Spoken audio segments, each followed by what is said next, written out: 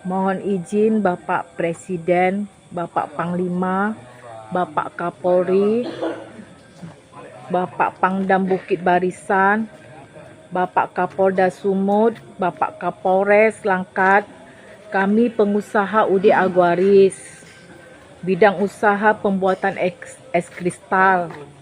Kami sudah tertekan dengan adanya mengaku dari Ormas, SPSI dan Pemuda Pancasila.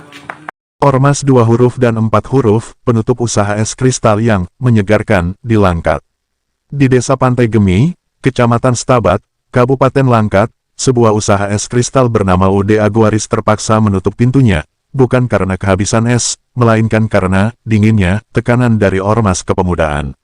Pengelola, Cici, dengan wajah penuh keheranan, menceritakan bagaimana Ormas setempat datang bak pahlawan tanpa jubah, tapi dengan daftar permintaan yang lebih panjang daripada antrean pembeli es di siang bolong. Usaha yang sudah berizin dan taat pajak ini, sayangnya, tidak cukup mendinginkan hati para tamu tak diundang itu.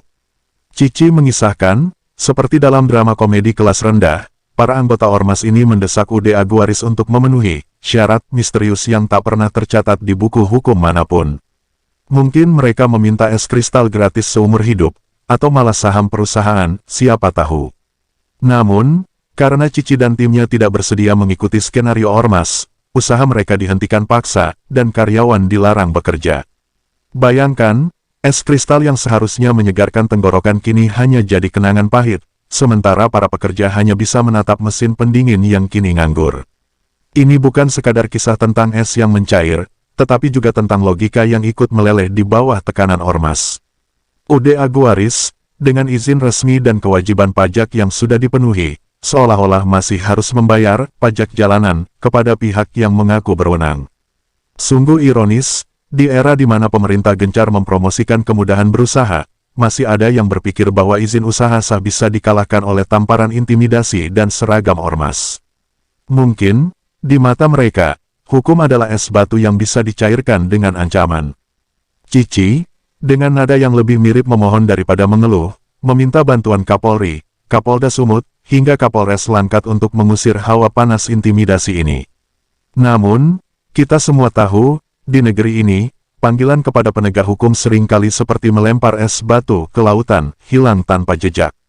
Sementara itu, yang disebut-sebut sebagai dalang di balik penutupan ini, mungkin sedang bersantai, menikmati dinginnya kemenangan mereka atas sebuah usaha kecil yang hanya ingin bertahan. Publik di platform X pun mulai ramai, menyerukan keadilan, tapi apakah suara mereka akan lebih keras dari bisik-bisik intimidasi di desa? Maka, di tengah panasnya Langkat, kisah UD Aguaris menjadi pengingat yang getir, berbisnis di Indonesia kadang bukan soal kualitas produk, tapi seberapa pandai kita menari di atas es tipis yang dikuasai Ormas. Sementara Cici dan karyawannya menanti keajaiban dari aparat, es kristal mereka mungkin sudah lama mencair, seperti harapan akan keadilan yang bebas dari tekanan. Satu hal yang pasti, jika Ormas ini terus menyegarkan dunia usaha dengan cara begini, tak lama lagi, yang tersisa di Pantai Gemi hanyalah cerita tentang es yang pernah ada dan semangat wirausaha yang ikut membeku. Terima kasih. Pak, kami ada bayar pajak, usaha